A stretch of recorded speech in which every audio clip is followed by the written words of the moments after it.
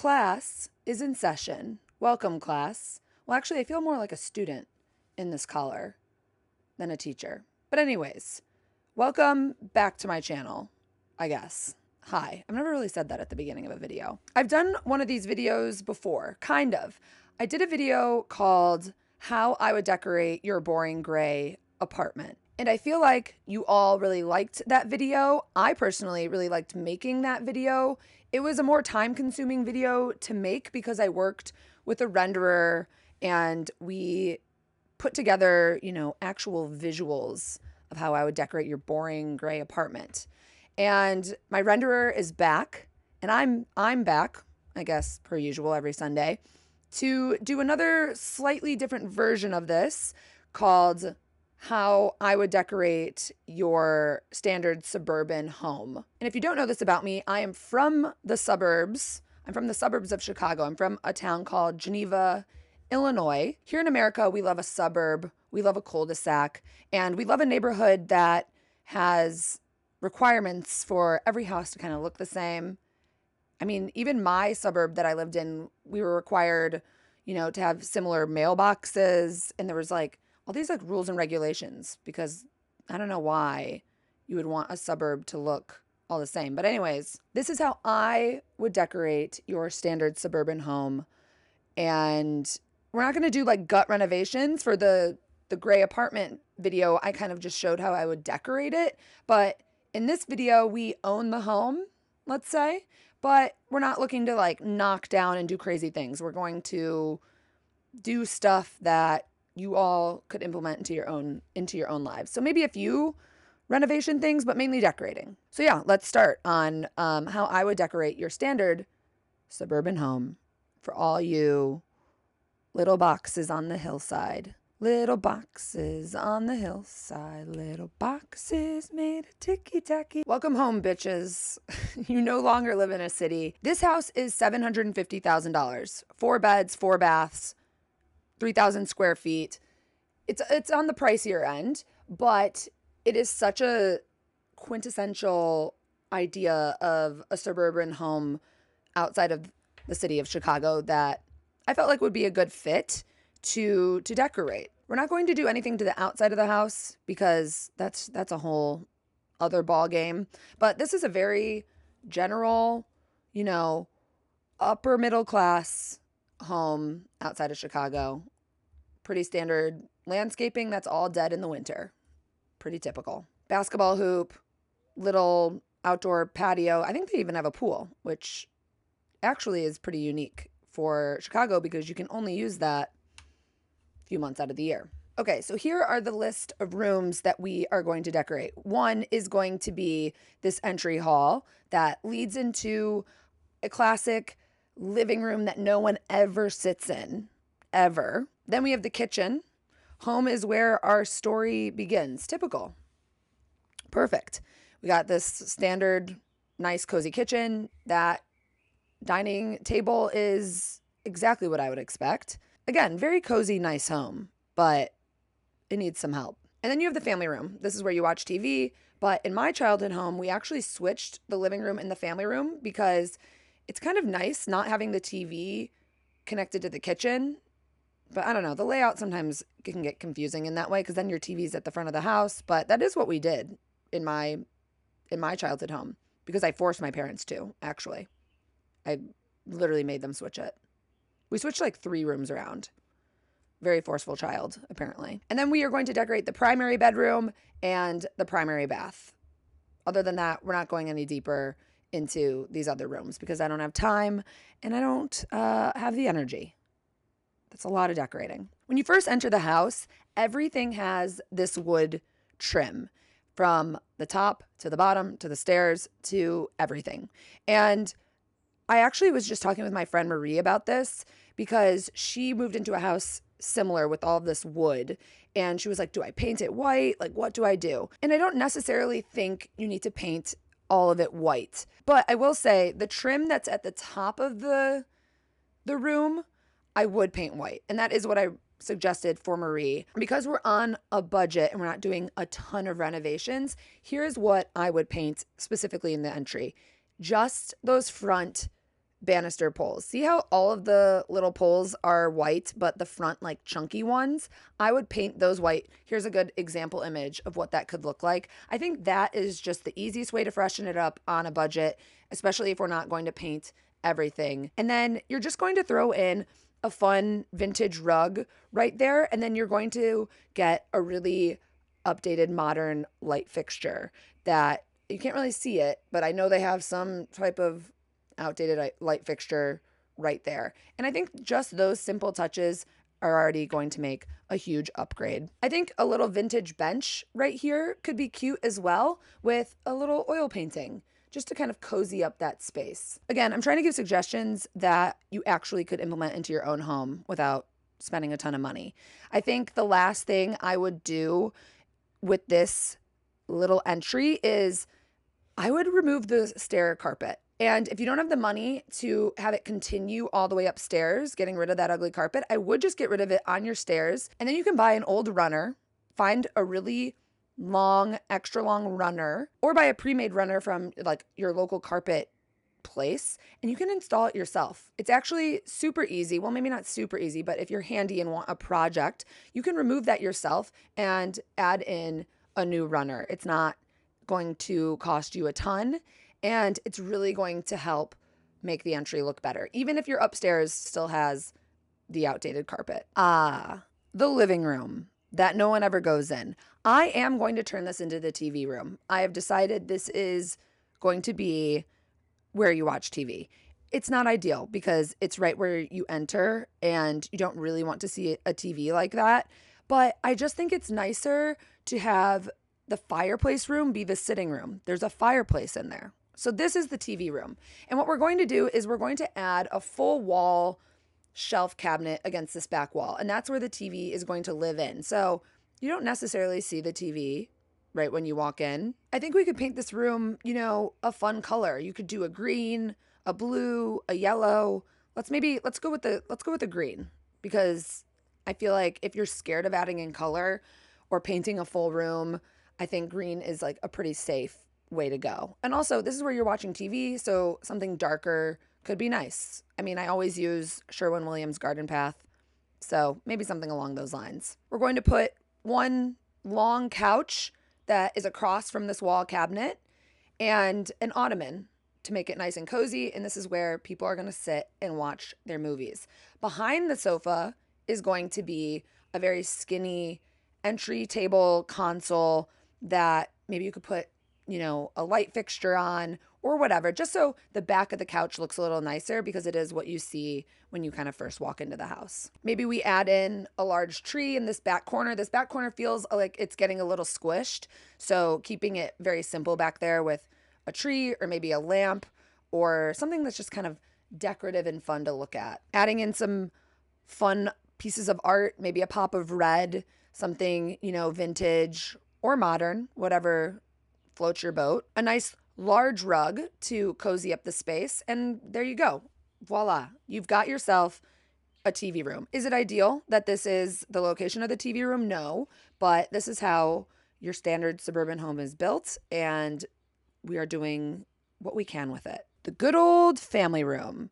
Now, we already have solved some issues that we might have had previously, but we don't have to have the TV in this room, so we don't have to have a weird TV in that corner. We need to get rid of this seafoam green color, and I think we're just going to go with a mushroom white, very airy feel in this room, because the other room is painted dark, and I feel like the dining room is another area to paint a fun color. But I do personally like to have the main rooms in my house, the bigger rooms, all just be a white or something neutral, because I like to fill it up with art and other interesting things. I don't think every room needs to be painted a color. I personally like when bay windows have curtains. You don't necessarily have to, but Caroline Winkler from her house tour actually is a really good example of how she did curtains, and they're kind of faux.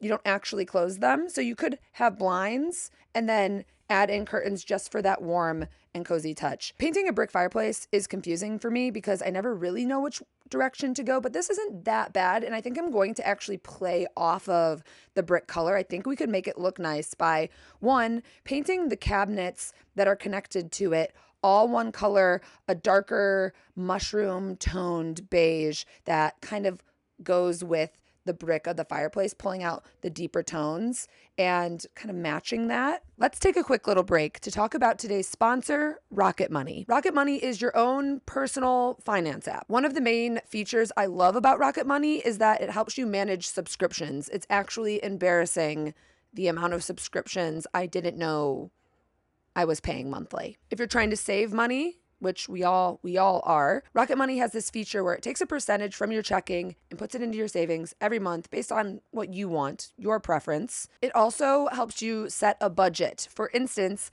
last year I spent a little bit too much on food and wine, which actually was a little shocking. I spent more on food and wine than I did like on shopping. So Rocket Money helps you set budgets for each category and it will let you know, hey, too much wine this month. Go to rocketmoney.com/PaigeWassel to get started for free. And thanks again, Rocket Money, for sponsoring this video and truly helping me get organized financially. Because again, this was a huge goal of mine for 2024, to financially be organized. And we are going to paint it all, the whole thing. We're going to paint the cabinets. We're going to paint the mantle. We're going to remove those IKEA shelves that are very oddly placed. I like the idea of shelves, but those are weird. So we do need to create a wall that kind of jolts out and matches the underneath cabinets to create shelves. This is a really good example. This is what we're going to do.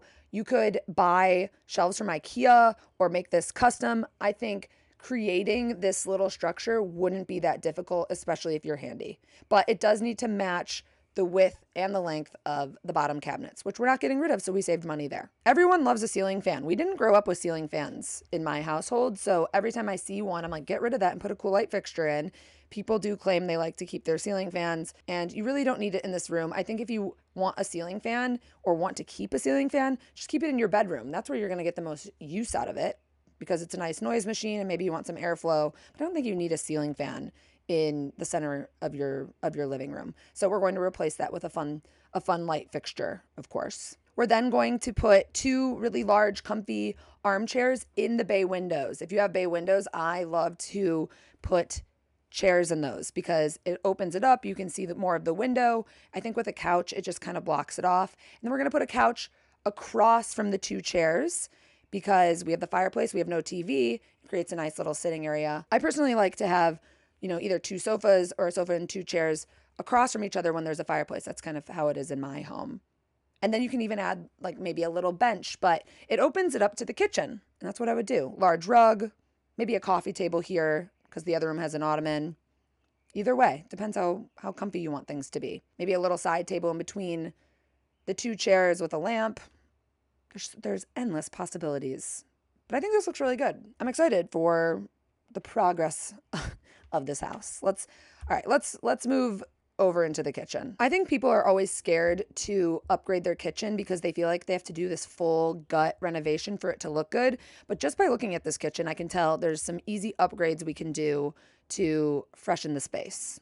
Maybe some easy and some not as much. Because the cabinets are not wood, they're already painted. This is an easy decision for me that we are going to paint the cabinets. Because if they're wood, I do contemplate sometimes because I don't want to ruin it, but they're already painted. So we're painting the cabinets. I do want to replace the countertops. That is ideal, but because we're on this budget that I've created, or we're just trying to make easy upgrades, we're not going to replace the countertops, which isn't ideal. And like the stovetop in the middle, it's like, fine, whatever. We are, however, going to remove the tile backsplash because the backsplash is pretty bad and very Tuscan, and you can do that yourself. I did that in my own Chicago place. I removed backsplash from my kitchen. I removed it from my bathroom, and I taught myself how to tile, which is pretty easy if you like projects. Just go on YouTube and say how to tile. We're going to put in this very simple backsplash that you could potentially get from Home Depot. I will say we are going to paint the window that's above the sink. We're of course going to add in a Roman shade there or some blinds because that's a little window that you could do something fun. maybe a fun pattern. The biggest upgrade you're going to do in this space, if you're going to do anything, just replace those light fixtures. It will make a huge upgrade. And then you're going to put, again, some blinds or Roman shades over the 2 windows and the door.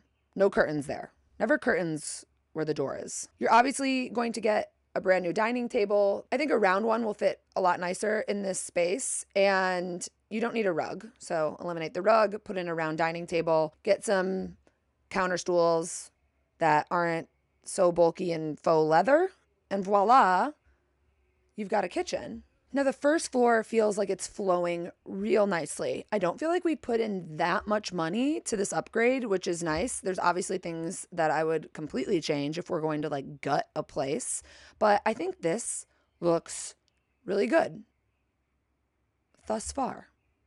What do you think? Let's go upstairs to the primary bedroom that we are going to keep the carpet, because I've decided that's how we're going to decorate this without getting rid of the carpet, which I desperately do want to get rid of. When you have a room that is filled wall to wall with a really bad carpet and you can't afford to get rid of it, you're going to cover it.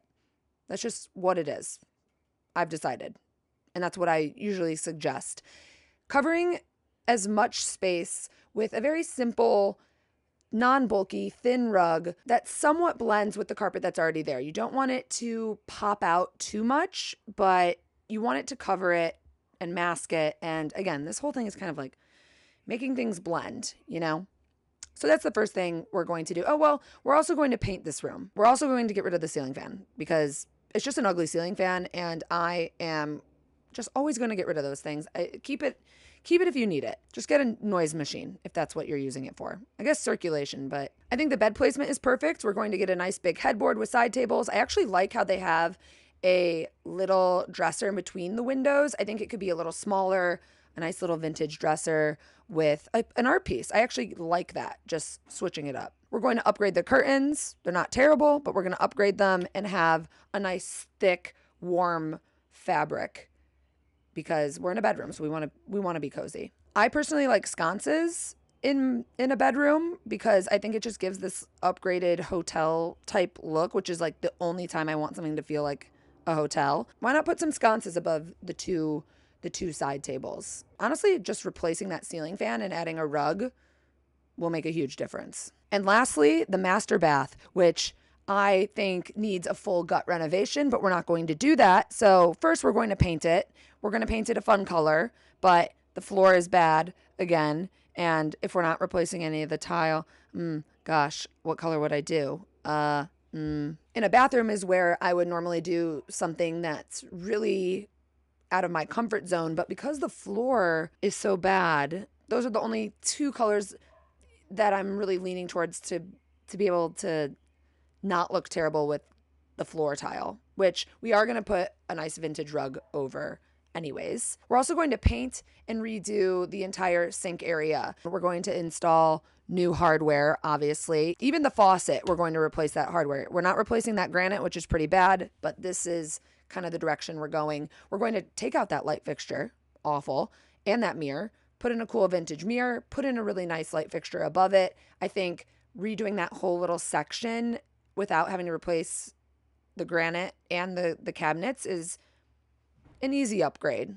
I honestly would knock that whole thing out. I would redo this entire bathroom if you could. Again, we have another little window. When you have a lonesome window, that's where you can do something kind of fun with it. Like you could paint that a fun color, maybe add in a fun art piece to the left of that window, maybe something really large to distract you from the bad tile.